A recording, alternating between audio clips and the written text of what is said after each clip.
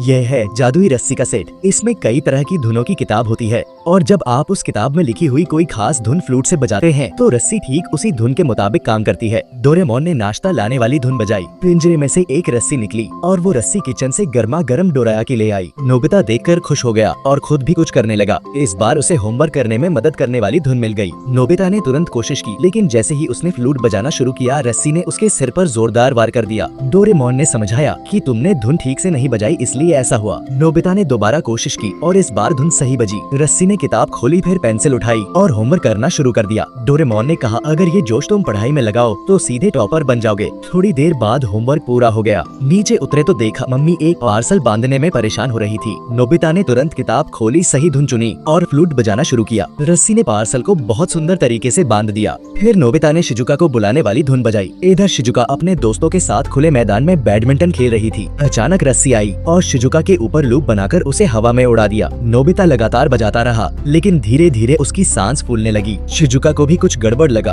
और रस्सी ने धीरे धीरे ढीला छोड़ दिया। शिजुका नीचे गिर गई, लेकिन खुशकिस्मती से वो तालाब में गिर गई, इसलिए चोट नहीं लगी। डोरेमोन को बुरा लगा। उसने कहा कि अगर फ्लूट बजाना बीच में रोक दो तो रस्सी भी तुरंत काम करना बंद कर देती है, यानी शिजुका को बीच में ही छोड़ दिया गया। इधर जियान बिल्कुल बेकसूर था। उसे कुछ समझ नहीं आ रहा था कि शिजुका आकाश से क्यों गिरी। शिजुका जल्दी से घर भागी कपड़े बदलने। तभी नोबिता और डोरेमोन रस्सी की गाड़ी बनाकर वहाँ पहुँचे। जैसे ही नोबिता ने शिजुका को पुकारा रस्सी ने काम करना बंद कर दिया। शिजुका को समझ आ गया कि ये रस्सी ही उसकी मुसीबत की वजह थी। वो गुस्से में घर चली गई। माफी मांगने के लिए नोबिता ने फिर धुन बजाई और रस्सी को शिजुका के घर भेजा ताकि उसके गीले कपड़े ले आए और जल्दी सूख जाएं। फिर मैदान में नोबिता ने ट्रैम्पोलिन वाली धुन बजाई। खुद सबसे पहले कूदने लगा। शिजुका भी मजा लेते हुए शामिल हो गई। डोरेमोन लगातार फ्लूट बजा रहा था, लेकिन थोड़ी देर बाद वो थक गया। उसका चेहरा लाल हो गया और उसने नोबिता से कहा, बहुत थक गया हूँ, अब तुम बजाओ। नोबिता ने फ्लूट लिया और बजाना शुरू किया। डोरेमोन जोर जोर से कूदने लगा, लेकिन नोबिता ने धुन तेज कर दी। डोरेमोन इतनी तेजी से उछलने लगा कि आकाश में पहुंच गया।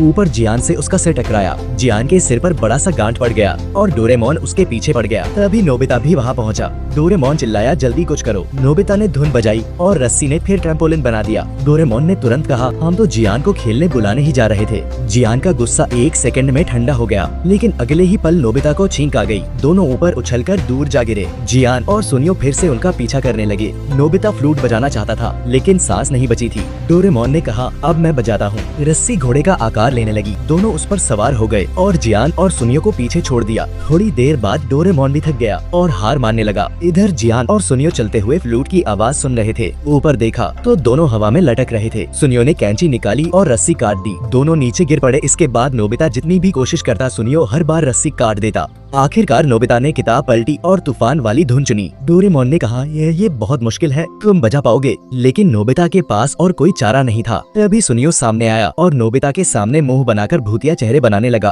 ताकि नोबिता धुन ठीक से न बजा सके। रस्सी ने पहले उन्हें बांधा, फिर ढीला छोड़ दिया और फ्लूट नीचे गिर गई। जियान ने फ्लूट उठा ली। सुनियो ने जल्दी से कहा, ये वाली धुन बजा के देखो। जियान ने बजाना शुरू किया। इस बार रस्सी ने खुद जियान और सुनियो को ही कसकर बांध दिया। दरअसल वो बांधने वाली धुन थी। इस तरह नोबिता और डोरेमोन बच निकले।